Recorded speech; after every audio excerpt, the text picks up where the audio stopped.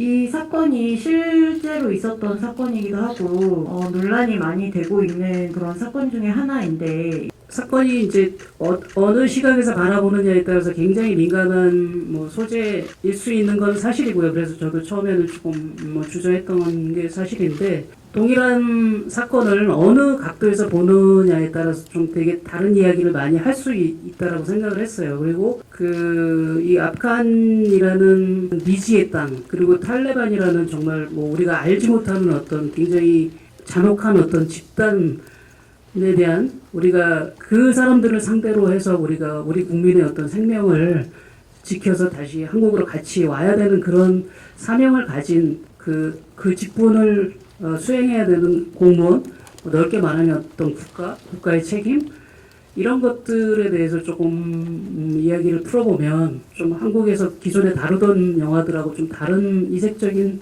영화가 될 수 있겠다 그런 마음에서 연출을 맡게 됐습니다.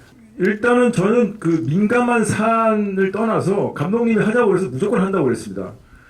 그 다 아시다시피 와이키키 이후로 감독님, 그러니까 와이키키 때 제가 영화를 할 수 있게끔 포문을 열어주신 분이라 그때 감독님께서 이 작품을 하자고 교습을 하자고 했을 때 저는 네 무조건 하겠습니다. 대본 읽기도 전에 한다고 해서 그 민감한 사항을 잘 모릅니다. 그리고 또 하나는 그리고 중요한 건 허구의 인물이었었어요. 그러니까 이 정재호라는 인물 자체가 창작되어 있는 인물이기 때문에 저는 그 얘기 자체에 중요한 게 아니라 이 정재호라는 사람이 이 나라의 대표 직함을 가지고 있으면서 사람을 구해내야 된다라는 그런 에너지를 관객들한테 어떤 식으로 정확하게 표현하느냐가 저한테는 제일 중요한 거였기 때문에 크게 저한테는 그게 중요하다고 그러니까 크게 작용하지 않았었습니다. 저 또한 황정민 선배님이랑 답변이 비슷할 것 같은데요.